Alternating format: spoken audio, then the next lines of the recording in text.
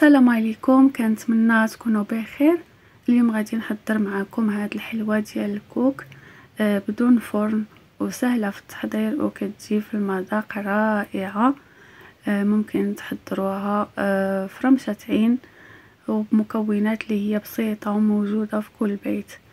غادي ندوزو دابا لطريقه التحضير. غادي نوضعوا واحد الكاسرونه اولا واحد الطاوه فوق النار، وغادي نوضع فوقها واحد الملعقه ديال الزبده، وغادي نحاول نذوبها تماما.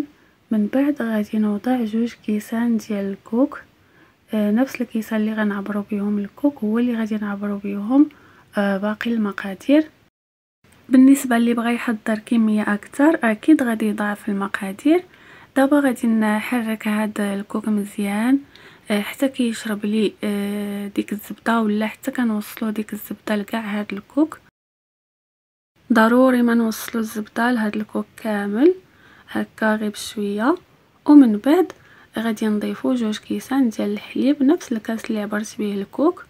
وقبل غادي ناخذوا واحد الملعقه ديال دقيق الذره اللي هي المايزينا، وغادي ناخذوا من داك الحليب واحد 4 كاس، وغادي نحاولوا اننا نذوبوا هاد دقيق الذره اولا المايزينا مزيان في الحليب. ما نساوش الكوك ديالنا باش ما يتحرقش، نحركوه هكا مره وغادي نبقى كنحرك هاد المايزينا حتى كتذوب لي في الحليب باش ما كديرليش حبيبات مع الحراره، حيت الا ضفناها مباشره غادي دير ليا حبيبات. من بعد غادي نضيف الكميه اللي بقات ديال الحليب اللي هما 2 كيسان، وغادي نحرك هاد الخليط واحد شويه. ومن بعد غادي نضيف نصف كاس ديال السكر وكيس ديال الفانيلا. هنا راه حسبت لي الكاميرا كتصور ساعه كانت وقفات، راه ضفت نصف كاس ديال السكر نفس داك الكاس اللي عبرت به الحليب وكيس ديال الفانيلا. وصافي نستمر بالتحريك حتى كيشرب ليا هذا الخليط الحليب. غادي ياخذ منكم واحد شويه ديال الوقت هكا في التحريك باش كيشرب داك الحليب، حيت الكوك ماشي دغيا كيشرب. وصافي غادي نطفيو النار ونخليو داك الخليط حتى كيدفى شي شويه، نقدروا اننا نمسكوه بيدينا ونجيبوا واحد الصحن نوضعوا فيه الكوك اللي هو جوز الهند. ناخذوا واحد الكميه من الخليط اللي حضرناه ونحاولوا نشكلوا كويرات. بطبيعه الحال كتشكلوا كويرات بالحجم اللي بغيتو.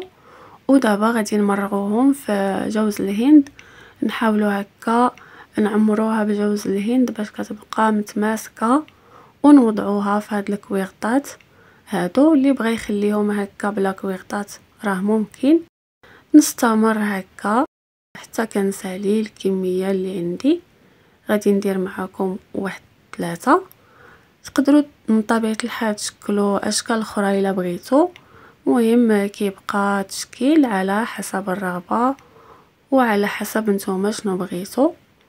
راه ساهلين في التشكيل، غير اهم حاجه نخليو الخليط حتى كيتشرب الحليب باش ما كتحليناش الكويرات.